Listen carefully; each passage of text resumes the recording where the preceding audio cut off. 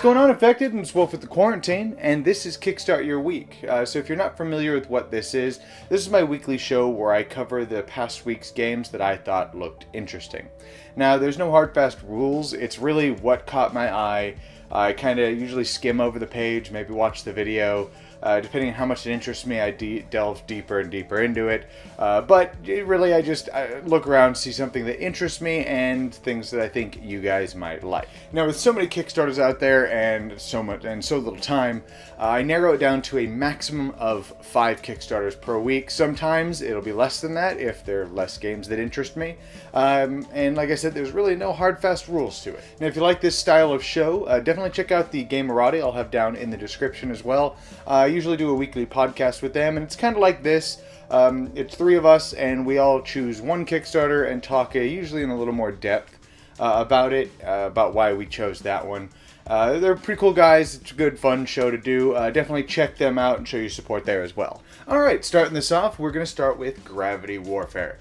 Now, Gravity Warfare looks really interesting. It is an area-controlled dexterity game, which is weird that it's on my list because I'm generally not a big fan of dexterity-based games. There's a few that I'll like and I'll play them. I don't have my hands don't play well together, so I'm generally terrible at them, so I don't like them that much.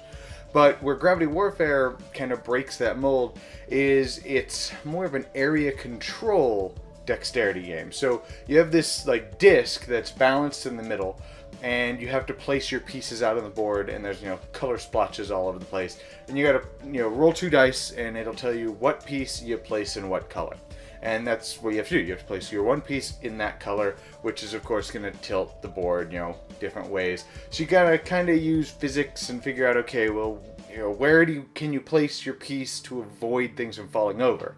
But where the kicker comes from is anytime you roll your dice, all of your opponents get to play cards to just make it harder for you. Maybe the disc has to be spinning when you place it. Maybe you have to place them with these chopsticks that come with it. Maybe you have to place 2 pieces and they have to stack on top of each other. Stuff like that. So it's got a little element of silliness. It's definitely not, doesn't seem like it's a serious game, but it looks like it's got just enough silliness and dexterity for the people who like those, but enough like tactical decision making in terms of the area control kind of feeling that it gives. That way the people who maybe aren't a huge fan like myself of dexterity games will be intrigued by it. Next up is I Am the Fourth Wall. Now, I actually found out about I Am the Fourth Wall because at first it didn't really interest me. But as I mentioned at the beginning of my show here, that I do a podcast with the Gamerati. And Joey from the Gamerati, he actually chose I Am the Fourth Wall, which may or may not have aired, so spoilers I guess, talking about this game, and it actually wound up really intriguing me. And the biggest part of it that kind of intrigued me was, as you see over here, I have Fury of Dracula, which may or may not actually, the picture I post here may be showing, covering it, but Fury of Dracula is right here. It's a phenomenal game. I love Fury of Dracula. It never reaches the table as much as I'd like it to, but I can say that about a lot of the games that I have up here. But where the game intrigues me is Fury of Dracula has a really cool mechanic that if you do certain actions at night, you have to draw from the top of this like event deck, and you may wind up giving Dracula special powers. And it's really devastating. Like, the powers you give Dracula are disgustingly powerful a lot of the time. So you wind up having to, but if you draw from the top, you of course can see whose card it's going to be, stuff like that. But apparently I Am the Fourth Wall uses a similar mechanic, because it crosses, from the way Joey explained it, it crosses that and mixes that with something that another really good game that I have that's actually down over here, is Level 7 Omega Protocol, where the good guys, they take their actions and they spend adrenaline. Every piece of adrenaline they spend is just going to go to the bad guy, whoever's playing the bad guy, goes to them at the end of the round, and then that just gives them fuel to use during their turn. And I love that mechanic as well because it makes every action very important, and you really have to think about, is it worth it? Because by you doing this, you're gonna give points to the bad guy to hit back. And apparently the I Am the Fourth Wall does a very similar aspect. You can do so many actions, but if you do more than what you need to do, or over a certain amount of actions, then you're just giving your opponent more fuel for their turn. And it supposedly combines both of those, and I think that's phenomenal, because I love those two mechanics, because they add tension and they add meaning to your decisions. And my last game for this week is The City of Kings: The Ancient Allies in Victorian Gardens. Now, this one looks like an RPG in a box, which is really interesting. So I watched the video, and it looks like you go through whatever, it seems like almost in-game mechanics, and you're building your character between races and classes, and you build a unique character. So in theory, there's several hundred, if not thousands, of different characters you can create. Of course, that's kind of a weird thing to use, because slight stat changes, of course, is going to be a different character, but you get the idea.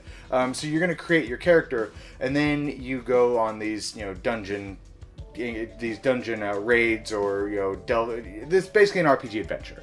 And the thing that really intrigues me is the way it supposedly generates procedurally generated enemies, which I really like, because one of the things that, for example, Kingdom Death that I have up here, that I hate about Kingdom Death is when you fight the Butcher the first time, you kind of know what to expect. You fight the Butcher again, you go in knowing what to expect. Which, for a game like Kingdom Death, that's part of the game. You bring past experiences with you. But games like Descent, Imperial Assault, pretty much any dungeon crawler, if you play it enough, or even just have a good memory, which I don't, you're going to remember what the stats of those monsters are, and you're going to kind of remember, okay, well, this is what we need to do to fight them, and you can prepare for that. This game procedurally generates enemies, so you don't remember that. You're not going to be able to, so you have to adjust your strategies on the fly, and I like that. And from the way it makes it sound, because I'm usually the DM for my tabletop groups, so I'm very familiar with creating monsters, and switch things up so it's kind of a fresh fight, stuff like that. This seems to take all of that busy work out of it, and it's just a couple things you put together, and boom, you have a monster with new stats. So I like that. That's really, really cool. And it seems like it's going to take, if we're, it being an RPG in a box, it's going to take the busy work and the intense amount of time that it does to make an adventure, kind of takes it out and allows you to create an adventure easily. Kind of like a newbie-friendly DM, but I'm not 100% sure. But it looks really interesting. So overall, again, where I'm the DM of the group, it'll be something really interesting to see how that develops. And those are my games for this week. I was able to narrow them down to 3. There wasn't a whole lot on the market today that really jumped out at me. I did see a couple from a couple weeks back that I think I missed. I can't remember the name of it. It was like it basically is the first Alien movie, but as a board game. I think Ricky Royal did a video on it, and that's kind of what made me notice it. Not really sure how I missed it, but whatever, it's too late now. But my Kickstarter of the week, I think I'm going to have to go with Gravity Warfare. Now, the reason I'm going for Gravity Warfare, which, again, I'm not a huge fan of dexterity-based games usually, but this one adds just a really neat twist to it, which I really, really like.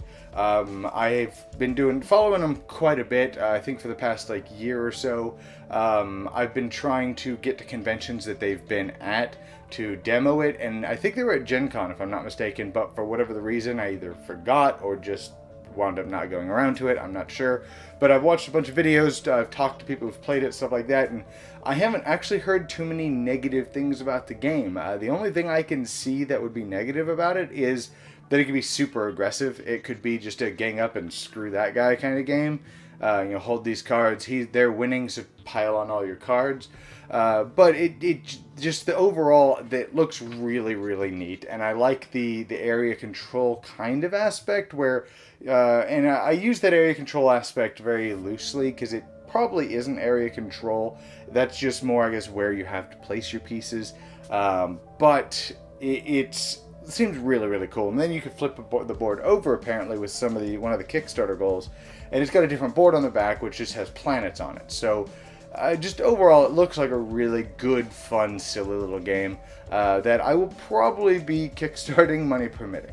And that is Kickstart Your Week. I hope you guys enjoyed this show. If you'd like to help support it, definitely have a Patreon down in the description if you'd like to check that out. Any little bit of support helps. I also have a tip jar down in the description as well if you're afraid of commitment and you'd like to just do a one-time donation. That also works. Any amount of support is definitely appreciated. If not, and you're new here, just stick around. Definitely just watching the videos and supporting me that way. Leave a comment. I read all the comments, try to respond to all of them if I can. Anyways, I hope you guys enjoy, play more games, and I'll see you guys next time in the quarantine.